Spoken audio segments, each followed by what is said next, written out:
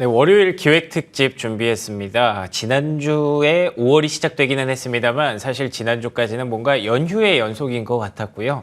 이번 주부터 진정한 5월이 좀 시작된 것 같은 느낌, 아마 많은 분들이 좀 비슷하게 공감을 하실 것 같은데요. 그렇기 때문에 연준의 FOMC라는 큰 숙제도 지나갔고 미국의 1분기 실적 시즌도 어느 정도 마무리가 되고 있는 국면에서 이번 주 전략 그리고 이번 달 전반적인 전략까지 한번 고민해 보도록 하겠습니다. 이재선 현대차증권 연구위원 모셨습니다. 안녕하십니까? 네, 안녕하세요. 네, 안녕하십니까?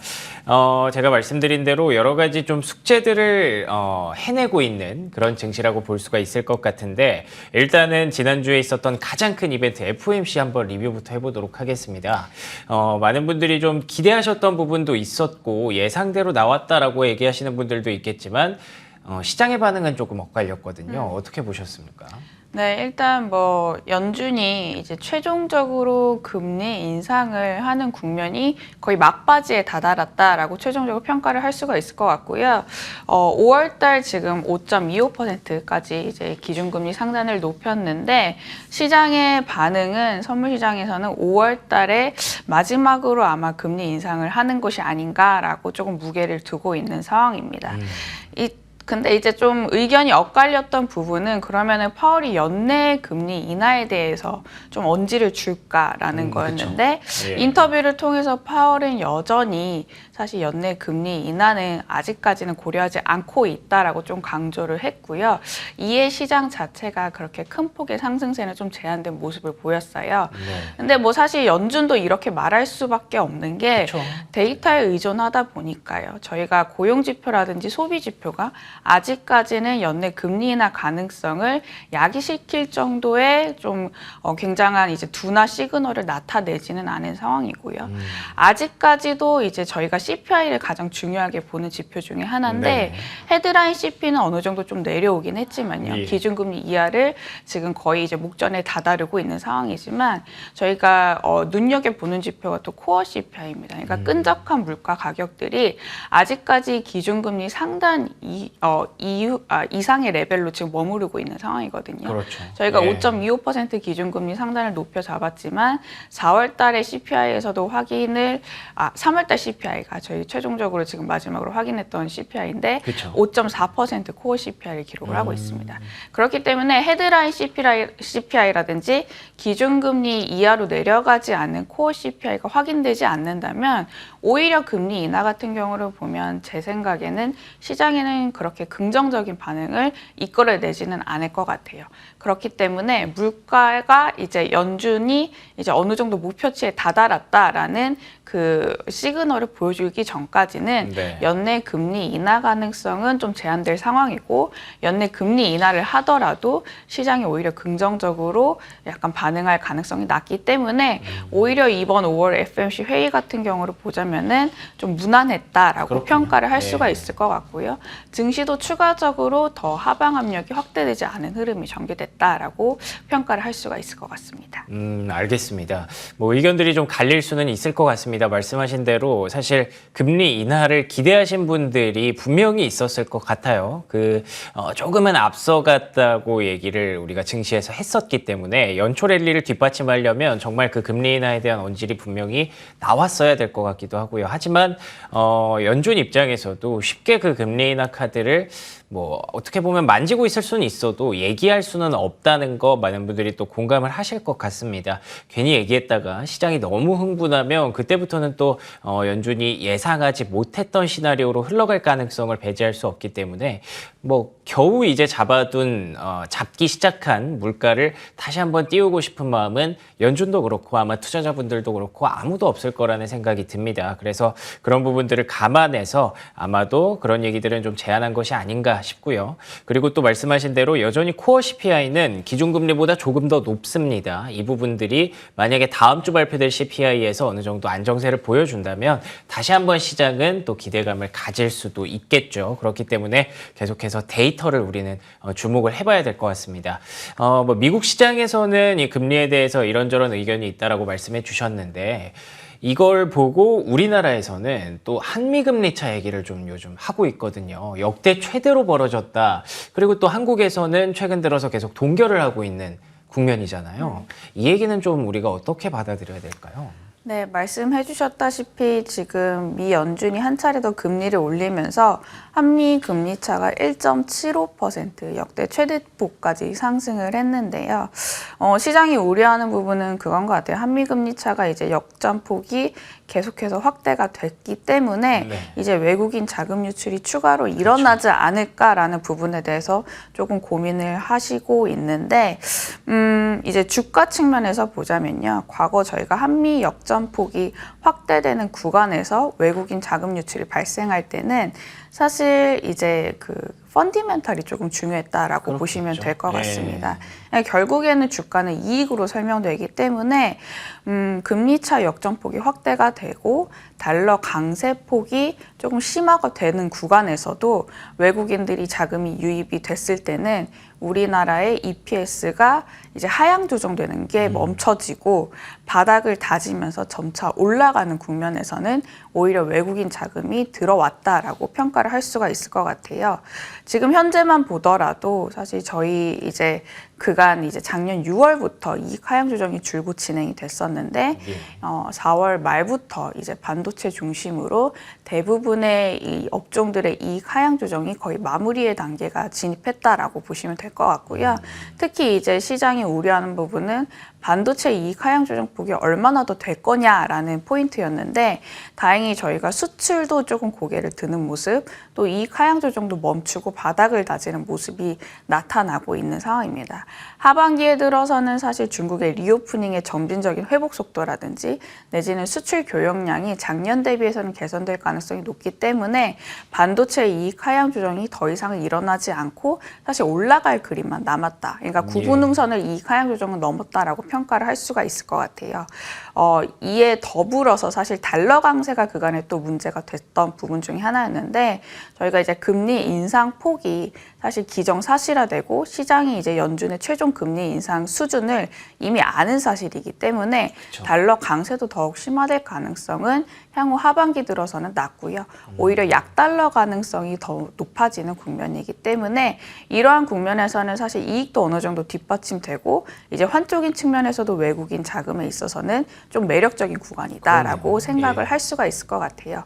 그렇기 때문에 한미 금리차 같은 경우를 보자면은 시장 관점에서는 크게 우려할 만한 수준은 아니다라고 조금 평가를 할 수가 있을 것 같습니다. 알겠습니다. 한미 간의 금리차가 이렇게 역전이 되고 벌어지면 교과서적으로는 그게 맞죠. 외국인의 투자 심리가 미국 쪽을 향할 수밖에 없는 게 맞지만 지금 상황에서 환율적인 측면과 EPS의 바닥 탈출 가능성 이런 것들을 감안했을 때 결국에는 그렇게까지 우려할 상황은 아닌 것으로 일단 판단을 하고 계십니다.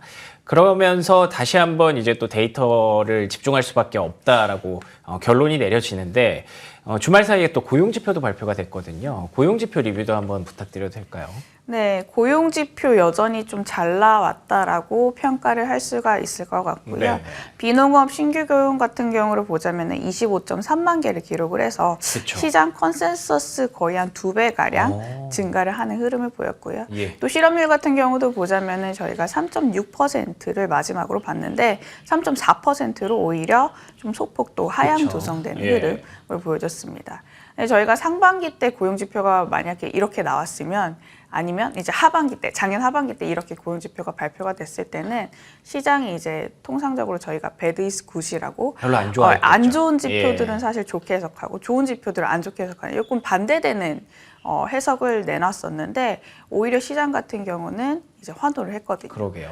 왜냐라고 봤을 때 일단 그때 상황과 지금 상황이 많이 달라지고 있다라는 점에 조금 포인트를 둬야 될 것 같아요. 그때 같은 경우를 보자면 저희가 미 연준이 얼마나 더 금리 인상을 올릴지 내지는 인플레이션의 상방 압력이 얼마나 더 강할지에 대해서 조금 미지수였다라고 이제 보시면 될 것 같은데 지금 같은 경우를 보자면 아까 제가 서두에서도 말씀드렸다시피 5월달 이제 정말 약간 맥시멈 이제 상단 수준으로는 또 6월 FOMC 회의까지가 최종적인 금리 인상을 할 회의라고 이제 시장은 거의 이제 기정사실화를 하고 있는 그렇죠. 상황이고 예. CPI 같은 경우도 보자면은 뭐 사실 그렇게까지 속도는 빠르게 하향 안정화가 되고 있지는 않지만 점진적으로 인플레이션 하락 압력이 지금 나타나고 있는 상황입니다. 그러니까 디스인플레이션이 관찰되고 있다는 점은 사실 이제 지표들이 어느 정도 잘 나와야지 이제 금융 안정을 도모할 수가 있다라고 이제 좀 시장이 평가를 할 수가 있을 평가를 하는 것 같아요.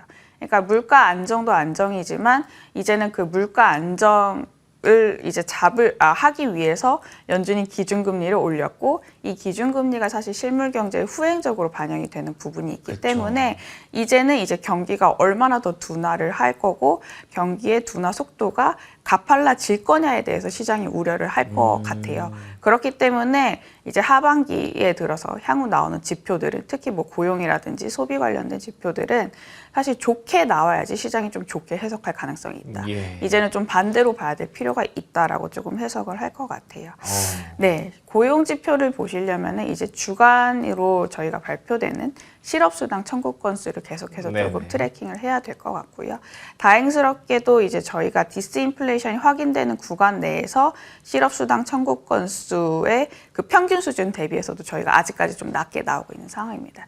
그렇기 때문에 고용과 소비가 지금 현 수준 내외에서 사실 둔화 속도가 빠르게 일어나지 않고 좀 점진적으로 일어난다라고 감안했을 때는 그 파월도 늘상 얘기하고 시장이 좀 이제 계속해서 바라고 있는 소위 말하는 경기에 대한 연착륙에 대한 부분이 또 주가에 대한 하단을 좀 지지해줄 가능성도 있다라고 생각을 하고 있습니다.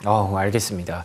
우리가 처음에 물가를 걱정하다가 그 이후에 연준이 금리를 얼마나 올릴까를 걱정을 해왔죠. 그런데 이제는 그 끝이 뭔가 좀 보일 것 같습니다. 그러다 보니까 이제 경기를 걱정하고 있는 상황인데 그래서 이제는 고용이 이렇게 잘 나오면 경기가 생각보다 많이 둔화되지 않나 보다라는 쪽으로 시장이 긍정적으로 해석할 수 있다는 점, 이 포인트만 또 잡고 가셔도 크게 무리는 없을 것 같다는 생각이 드네요. 자, 그리고 주말에 발표됐던 또 중요한 이벤트 중에 하나가 애플의 실적 발표였거든요. 애플이 뭔가 시장을 좀 구해준 듯한 그런 느낌이었는데 어떻게 보셨습니까? 네, 애플의 1분기 실적 잘 나왔고요. 중국에서의 매출 부진을 인도 쪽에서 조금 만회를 하는 흐름을 보여줬다라고 보시면 될 것 같아요. 아이폰의 매출이 상대적으로 좀 선방을 했었고요. 그렇더라고요. 네, 그렇기 때문에 시장이 조금 약간 반응을 긍정적으로 하지 않았나 싶고요. 또 그와 별개로 이제 시장이 주목했던 부분 중에 하나는 자사주에 대한 매입 규모의 축소 내지는 확대 여부였습니다. 네. 네, 시장이 예상했던 것처럼 애플이 작년과 동일하게 이제 자사주 매입을 승인을 했고 배당금도 이제 차질 없이 계속해서 이제 유지를 하겠다라고 발표를 해서 시장이 좀 긍정적으로 반영을 한 것 같고요. 애플 같은 경우를 보자면은 사실 다른 기업 대비해서 현금 흐름이라든지 그 현금성 자산이 굉장히 많은 기업 중에 하나입니다. 예. 이 대형 기업들이 사실 이제 실적이 잘 나오고 아직까지 자사주 매입 규모를 축소를 할 가능성이 적다라고 얘기를 하는 점은 사실 애플을 비롯해서 여타 빅테크의 기업들 이익 실적도 하반기도 사실 좀 견고할 가능성을 높여주는 그림이다라고 생각을 그렇겠네요. 하고 있고요. 아까 제가 약달러 진행 가능성이 높아지는 국면이 전개가 될 가능성이 높다라고 네. 하반기 때 말씀을 드렸는데 이제 시장이 걱정하는 거는 기업의 어닝에 대한 부분에 있어서 실물 경제가 둔화가 되면은 더 큰 폭으로 하향 조정되는 게 아닐까라는 여부인 것 같아요. 근데 이 빅테크 기업들이 사실 수출 기업들이거든요. 이 수출 기업들의 그 큐가 사실 조금 정체가 되는 흐름이 지속이 되더라도 약달러가 오히려 사실 수출에 있어서 환율 효과를 나타내기 때문에 그렇겠네요. 오히려 빅테크 기업들도 하반기에 있어서는 사실 이익 하향 조정폭이 시장이 우려했던 것만치 크지는 또 않을 수가 있다라고 해석을 할 수가 있겠습니다. 좋습니다. 실적도 나쁘지 않았고요. 그런데다가 자사주 매입이나 이제 주주 친화 정책에 대해서 생각보다 뭐 깎아주거나 그런 게 없었습니다. 이런 걸 감안한다면 여전히 빅테크 기업들에 대한 실적 전망치는 나쁘지 않다라고 보시는 부분도 있었던 것 같고요. 그리고 아까부터 계속 말씀해주신 달러의 약세 가능성, 이 부분이 이제는 미국 입장의 수출 기업들에게 호재가 될 수도 있는 그런 국면이 계속 만들어지고 있습니다. 뭔가 전반적으로 보면 좀 시장에 대해서 긍정적인 접근을 하고 계신 것 같은데, 그러면 저희가 이제 5월에도 좀 네. 긍정적으로 시장을 봐도 되는 걸지 전략에 대해서 간단하게 한번 여쭤보고 마무리할게요. 일단 5월 달 내지는 이제 길게 봐서 6월 달까지는요. 네네. 저는 시장을 이제 중장기적으로 긍정적으로 여전히 보고 있고 네. 하단이 점차 견고해지는 흐름. 그러니까 하반기에 들어서 이제 주가 자체가 계단식 우상향을 하는 흐름으로 갈 거라고 생각을 하고 그렇군요. 있습니다. 다만 이제 아까 이제 5월 달, 6월 달 제가 말씀을 드렸는데 저희가 부채 한도 이슈가 그쵸. 아직까지는 예. 마무리가 되지 않고 있는 상황이에요. 그렇기 때문에 이 부분에 대해서 조금 해결이 필요하다. 그래서 증시의 상단은 어느 정도 좀 제한될 가능성이 있다라고 생각을 하고요. 그렇다고 해서 이제 보유하고 있는 주식이라든지 뭐 이런 좋은 업종에 대한 기회를 놓치지는 또 않아야 되는 그 자세를 그렇죠. 좀 가져야 될 네. 것 같아서 사실 5, 6월 달에 좀 조정을 받게 된다라면은 좀 분할식으로 점진적으로 매수하는 전략이 좀 유효하다라고 생각을 하고 있습니다. 이 부채 한도 이슈 같은 경우는 사실 저희가 미국이 디폴트가 될 가능성은 거의 없다라고 보시면 될 것 같아요. 과거 이제 이런 노이즈가 계속해서 발생을 함에도 불구하고 결과론적으로는 이제 그 공화당과 민주당이 합의를 하면서 사실 시장 안정을 좀 도모했던 적이 그쵸. 있었고요. 예. 근데 이 전 단계에 그러니까 합의하는 수준에 그 단계에 과정이 있어서 좀, 예. 과정에 있어서 증시 변동성이라든지 주가의 상단이 제한되는 흐름을 보였기 때문에 제가 5월달, 6월달은 좀 보수적으로 증시 레벨은 좀 보자라고 말씀을 드리고 있고요. 또 우리나라 개별적으로 접근을 하자면은 저희가 코스피와 상관계수가 가장 높은 게 수출 증가율이라고 보시면 될 것 같아요. 예. 수출 증가율이 이제 상향 조정폭이 얼마나 이제 높아지느냐에 따라서 코스피의 상승폭도 결정된다라고 보시면 될 것 같은데 저희가 4월달 수출 증가율은 3월달 대비 조금 잘 나오지 못했습니다. 이게 이제 저희가 작년 4월 때 워낙 또 수출액이 잘 나왔던 경험이 있었고 해서 엽기적 효과로 좀 수출액의 절대적인 수치가 좀 안 나왔다라고 보시면 될 것 같은데 그 수출 증가율이 조금 쉬어가는 국면이기 때문에 수출 증가율이 조금 쉬어가는 국면이기 때문에 사실 이제 주가의 상단도 사실 그렇게 2,600선을 돌파하기에는 좀 힘이 없어 보인다라고 생각은 하고 있고요. 근데 제가 하반기 때는 여전히 조금 증시를 긍정적으로 보는 이유 중에 하나가 아까 제가 말씀드렸다시피 반도체라든지 중국의 회복 속도가 사실 우리나라한테는 긍정적인 영향을 미칠 것 같아서라고 보시면 될 것 같아요. 그렇기 때문에 반도체 부분에 대해서도 좀 매수 관점을 여전히 유지를 하고요. 그 외에도 저희가 수출액이 이제 다른 수출보다 잘 나오는 품목들을 보면 자동차가 있거든요. 예. 자동차가 이제 5, 6월 달 증시가 쉬어가는 국면에서 오히려 방어적인 역할을 할 가능성이 있다라고 생각을 하고 있습니다. 알겠습니다. 뭐 변동성은 좀 있을 수 있지만 하반기까지 계단식 우상향할 수 있다는 관점에서 반도체와 자동차 업종에 대한 강세 기대감 함께 얹어주셨습니다. 지금까지 이재선 현대차증권 연구원과 함께 얘기 나눠봤고요. 저희 월요일 굿모닝 글로벌은 여기서 이렇게 마무리하겠습니다. 시청해주신 여러분 고맙습니다.